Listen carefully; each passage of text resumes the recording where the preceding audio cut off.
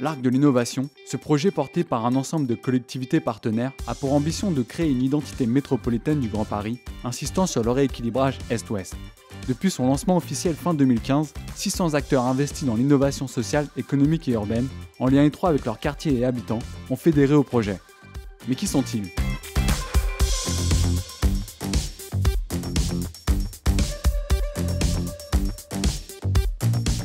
On se trouve Porte de la Chapelle, dans le 18e arrondissement, sur une ancienne gare ferroviaire. Nous sommes en train de construire un hôtel logistique. C'est un grand bâtiment de 400 mètres de long, dont le cœur est constitué d'un terminal ferroviaire urbain.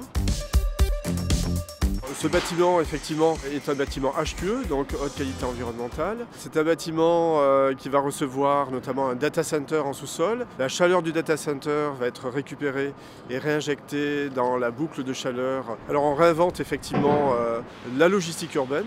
On permet à des marchandises de rentrer de façon massifiée et de façon intermodale, c'est-à-dire par le fer dans Paris, alors que depuis très longtemps elle n'entre que par la route.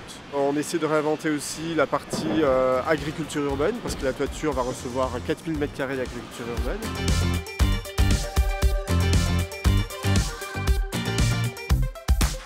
Nous sommes dans l'ancienne manufacture d'allumettes. L'État a souhaité céder le site et nous avons alors proposé à Plaine Commune et à la ville d'Aubervilliers de maintenir une grosse partie du site. Alors, il y avait deux grands enjeux fondamentaux. Le premier, c'est l'enjeu du développement économique, puisque la volonté de la communauté d'agglomération et de la ville d'Aubervilliers, c'était de maintenir des emplois industriels, artisanaux sur ce site, en les dédiant à la culture et à la création. Et puis l'autre enjeu, c'était évidemment l'intérêt patrimonial du site. Il faut savoir que cette restructuration s'est faite évidemment en concertation avec le département de patrimoine du Conseil général du 93, conseil départemental, et avec les architectes des bâtiments de France qui nous ont fait confiance pour mener cette restructuration en adaptant un bâtiment qui a un peu plus de 100 ans aujourd'hui aux contraintes actuelles, mais en conservant évidemment l'intérêt patrimonial du site qui est très fort.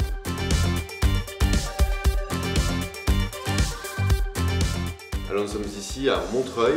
Simplon.co, c'est né en 2013 de 3 constats. Premièrement, le numérique est partout, il faut des gens qui soient compétents dans ces métiers-là. Deuxième constat, plus besoin d'être ingénieur pour apprendre ces métiers-là, qui sont des métiers à fort potentiel de carrière. Et troisième constat, il y a tout un tas de talents qui sont parfois un peu ignorés, alors qu'il y a vraiment des aptitudes, des prédispositions et du potentiel derrière. J'ai été apprenante à Simplon même, j'ai fait la formation classique en 6 mois. Et suite à ça, j'ai été engagée tout de suite à Simplon. Et aujourd'hui, effectivement, je vois que les portes sont ouvertes parce que finalement, le numérique, on a besoin de personnes qui s'y connaissent. Donc que ce soit à Simplon ou ailleurs, j'ai la garantie d'avoir un travail. On essaie de faire du numérique et de l'apprentissage des métiers en tension du numérique, un levier d'insertion professionnelle, d'inclusion sociale, de cohésion sociale. On est assez fiers de pouvoir dire que dans le 93, il y a le QG, donc au sein de l'Arc de l'innovation, il y a le QG de ce réseau qui aujourd'hui est international.